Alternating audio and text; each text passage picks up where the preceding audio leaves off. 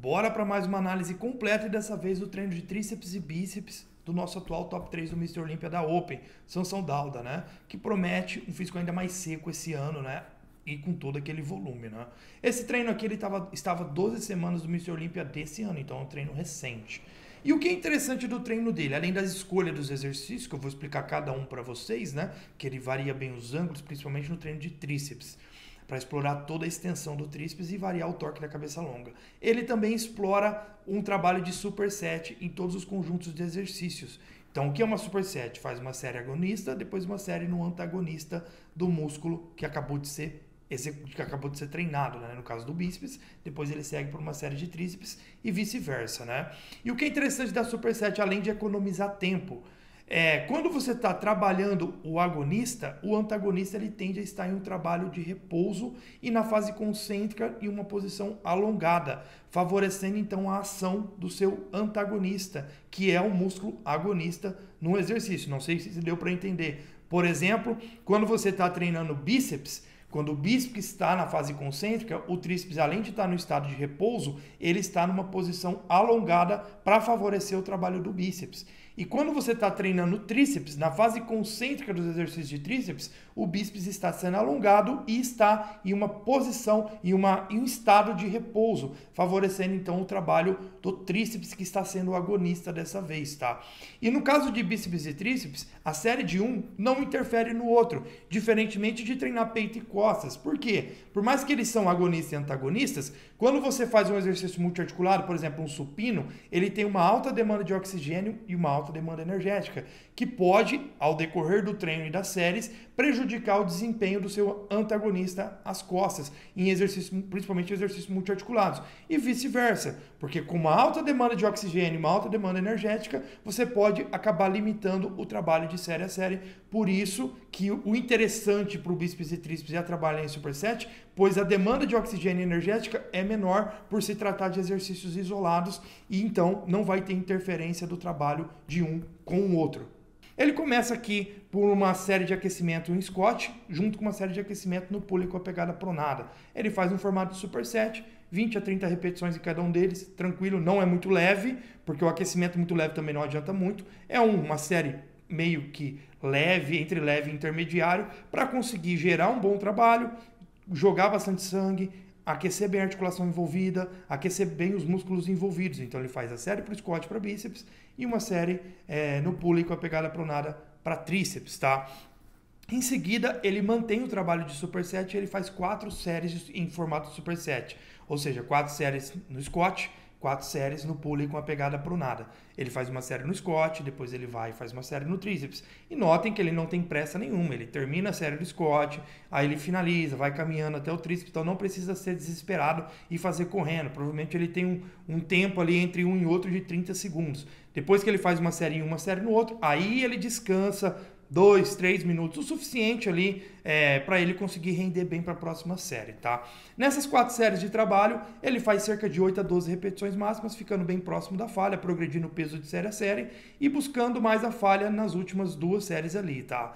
E o que é interessante dessa combinação? Quando a gente pensa no squat, galera, o squat ele trabalha com o ombro flexionado, então ele encurta a parte proximal do bíceps, principalmente da cabeça longa, o que favorece o pico de torque com o bíceps alongado, favorecendo mais a porção distal mais próxima do cotovelo no trabalho do squat. E, teoricamente, também favorecendo um pouco mais o trabalho da cabeça curta, porque a cabeça longa está em uma posição mais encurtada no squat.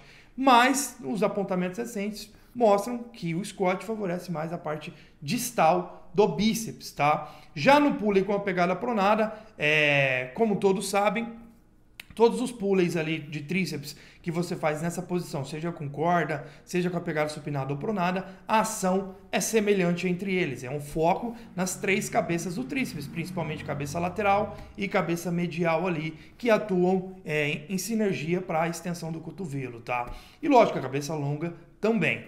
Em seguida, depois de finalizar esses 2 exercícios, né, esse combo de superset de bíceps e tríceps no squat e no pulley com a pegada pronada, em seguida ele segue para um trabalho em superset novamente, sendo uma máquina que simula o tríceps mergulho E também, no formato de superset, ele faz em conjunto com o Scott, com o halter, com a pegada neutra, tá? Novamente, 4 séries em cada um deles, em formato de superset, sem pressa nenhuma em sair de um para o outro, tá? Então, ele começa por um, finaliza a série, depois segue para o próximo, e aí ele dá um descanso de 1,5 minuto a 3 minutos para fazer novamente o formato de superset, que é uma série em cada um, tá? E o que a gente tem de interessante aqui?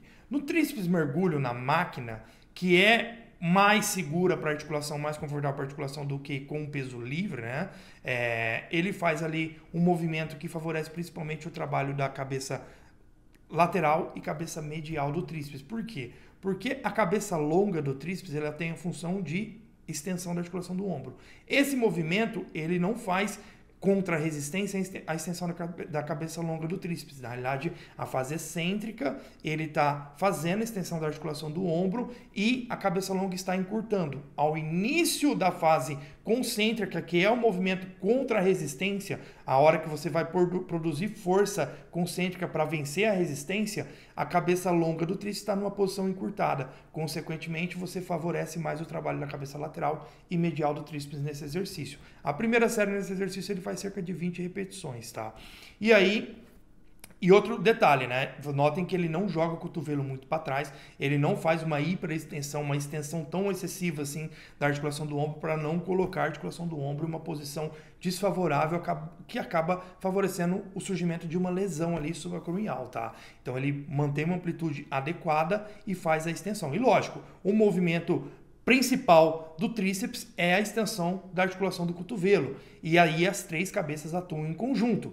Mas como na parte proximal da cabeça longa do tríceps ele está numa posição encurtada na hora que começa a fase concêntrica, então ela trabalha menos, ela trabalha mais na porção distal que está alongada e a cabeça lateral e medial tem um trabalho completo ali nessa extensão da articulação do cotovelo e a cabeça longa mais na parte proximal. Na parte distal, quer dizer, porque a proximal está encurtada no início da fase concêntrica.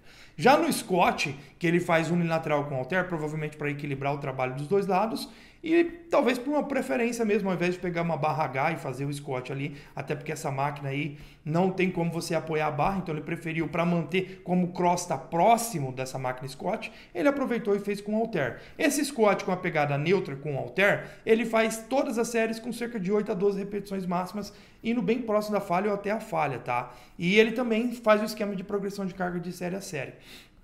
Já o Scott, mantendo o trabalho mais na porção distal do bíceps, só que agora com a pegada neutra, você aumenta a ação do bráquio radial, que é um músculo do antebraço, né?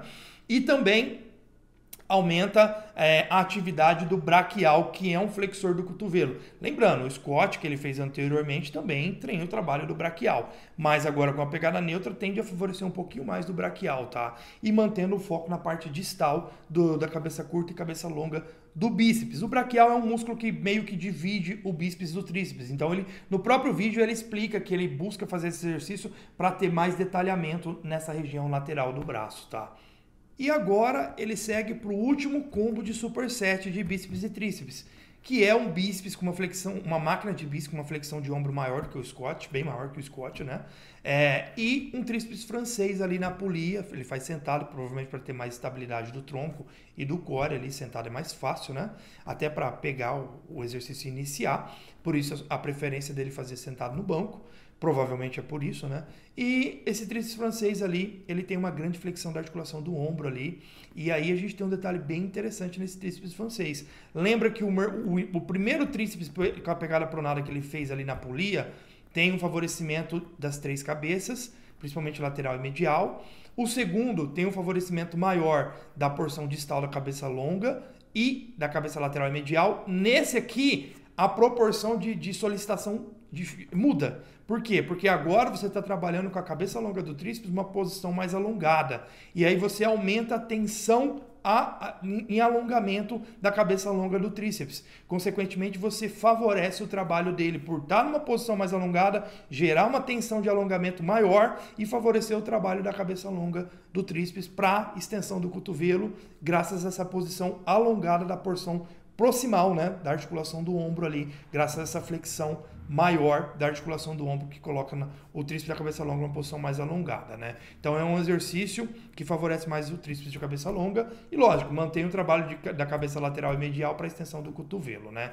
Já no exercício de bíceps, como aumentou a flexão da articulação do ombro, ele encurtou ainda mais a porção proximal do bíceps, principalmente da cabeça longa do bíceps, mantendo o foco do trabalho mais na porção distal do bíceps e também um pouco mais da cabeça curta. Então, o treino de bíceps dele, ele praticamente favoreceu mais a porção distal e um pouco mais a cabeça curta do que a cabeça longa e a porção mais proximal. Ele não fez nenhum exercício que favoreça muito bem a porção mais proximal do bíceps ali, né?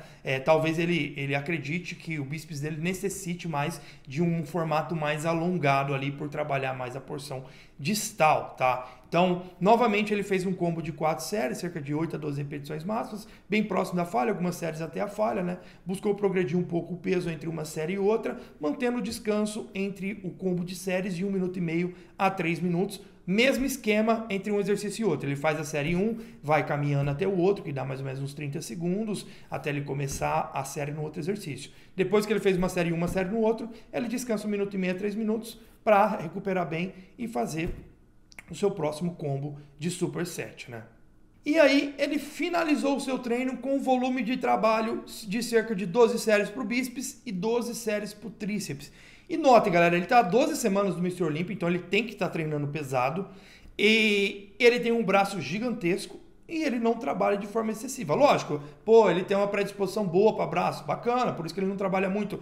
Mas não é bem assim. Não existe uma necessidade gigante de você fazer trocentas séries para bíceps e tríceps, já que eles já têm uma boa solicitação no treino de peito. Nos supinos você tem uma boa solicitação do tríceps e nas remadas e puxadas uma boa solicitação do bíceps, no caso no treino de costas, né? Então, os exercícios isolados de bíceps e tríceps entram como um complemento. E se você sobrecarregar demais de volume e não tiver uma boa recuperação, uma boa capacidade de resposta, você meio que vai desperdiçar, não desperdiçar totalmente volume, mas vai fazer sem grande necessidade. Então, quando você trabalha com volume mais baixo, médio, você tende a render mais de série a série, se recuperar melhor de um treino para o outro e manter uma sustentabilidade de desempenho alto por mais tempo, favorecendo bem a resposta hipertrófica desse grupo muscular do bíceps e do tríceps. E notem uma coisa, ele fez para o tríceps, ele variou o ângulo de trabalho, trabalhando na porção neutra da cabeça longa, depois uma porção mais encurtada da cabeça longa, que foi o mergulho na máquina, e depois uma porção numa posição mais alongada da cabeça longa do tríceps. Ou seja, mudando o torque do exercício para trabalhar toda a extensão do tríceps. Já no bíceps, ele deu um foco maior na porção mais distal do bíceps, né? Por trabalhar as 3 variações com uma flexão de ombro, né?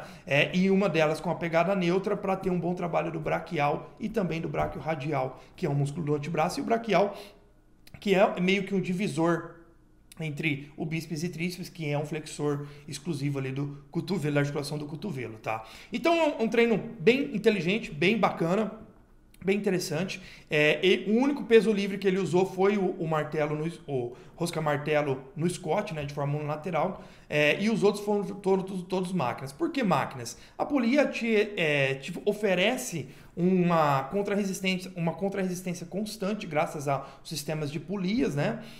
A máquina, ela te oferece mais segurança, que é no caso do tríceps mergulho, Scott e também aquela máquina de bíceps ali. Então você tem um trabalho mais seguro e mantém uma tensão mais constante durante todo o percurso da fase concêntrica e excêntrica. Já com o halter, quando você diminui o braço de momento do movimento, né? No caso da flexão na rosca martelo com o halter, quando o halter está bem próximo da articulação do ombro, a força de contração, a tensão gerada é bem pequena, porque o braço de momento do movimento está bem encurtado, está bem curto, né? Então você acaba perdendo um pouco de tensão nesse momento. Não que seja ruim fazer peso livre no treino de bíceps e tríceps, mas o sistema de polia e máquinas proporciona mais segurança e uma tensão mais constante. Não, novamente, você pode sim trabalhar com pesos livres no bíceps e tríceps, mas trabalhe de forma inteligente, diversificando os ângulos de trabalho mantendo boa técnica, assim como ele manteve durante todas as séries de todos os exercícios, uma boa amplitude e uma boa tensão na fase concêntrica, tá? Para você extrair o máximo de trabalho em toda a extensão desses grupos musculares, tá?